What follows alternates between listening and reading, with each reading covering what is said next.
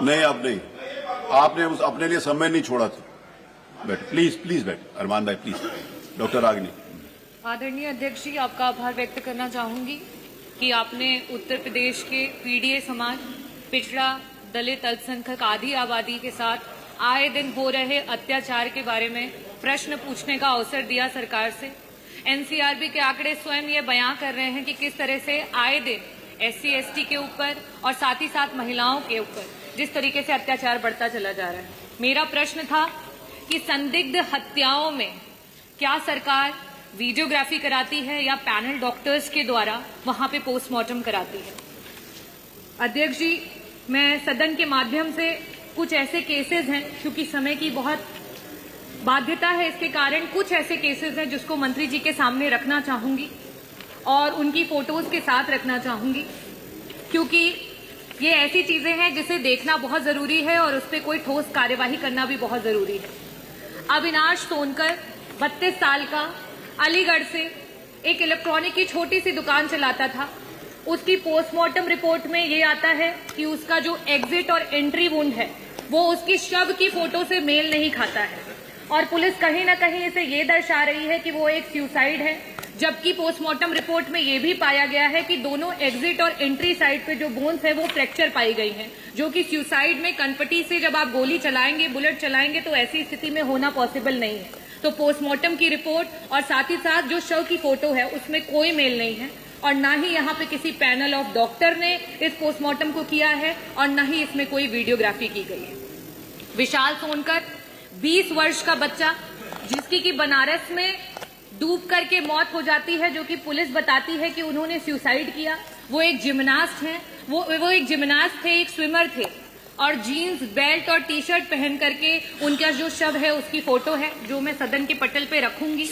और इन्हें बताया जाता है कि इन्होंने सुसाइड किया। वो कहीं ना कहीं हत्या है, जिसमें पुलिस सिविल में उनके साथ नोकझोंक करती है, मारपीट करती है और उससे आहत होकर के वो डूब करके जान दे देते हैं। इनके पोस्टमार्टम में ना तो कोई पैनल ऑफ डॉक्टर्स है, ना ही वीडियोग्राफी की गई है। प्रियंका सोनकर, जो कि आगरा की रहने वाली थी, शादी के जस्ट 12 दिन बाद दहेज की वजह से उनकी मृत्यु हो जाती है। उनके पोस्टमार्टम रिपोर्ट उनके शव की फोटो से कहीं भी मेल नहीं खाते हैं। जो शव की फोटो है उसमें पूरा का पूरा खून उनके कपड़े में लगा हुआ दिखाई दे रहा है, लेकिन पोस्टमार्टम रिपोर्ट में कहीं भी नहीं दिखा रहा है कि उनका कॉज ऑफ डेथ क्या है। वहां यहां तक डॉक्टर ने ये लिखा हुआ है कि cause of death can not be ascertain.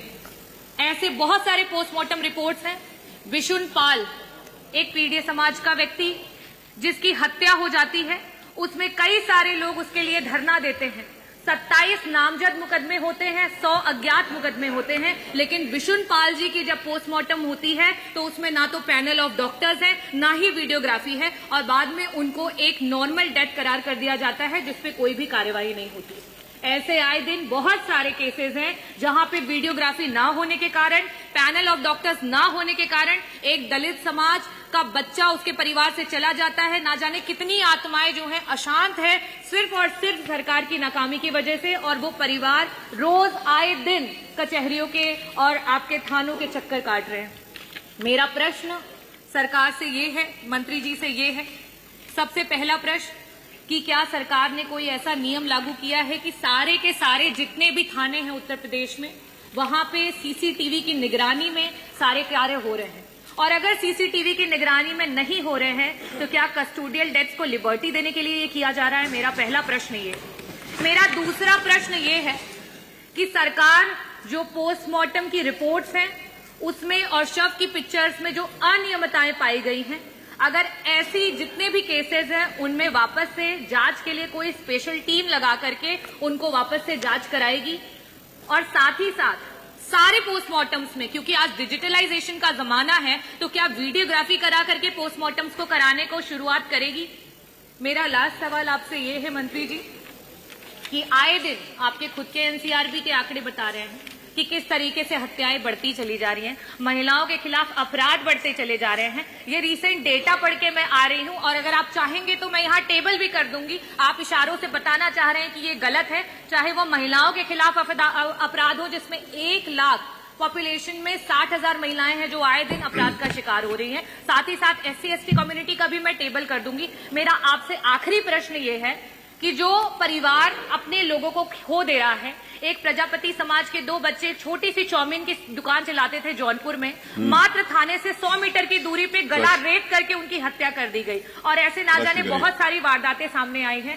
इन परिवारों को जहां से आज उनके भरण पोषण के लिए कोई नहीं बचा है, क्या सरकार उन परिवारों को कोई मुआवजा देगी और साथ ही साथ रोजगार की किसी स्कीम से जोड़ेगी? धन्यवाद। माननीय मंत्री जी।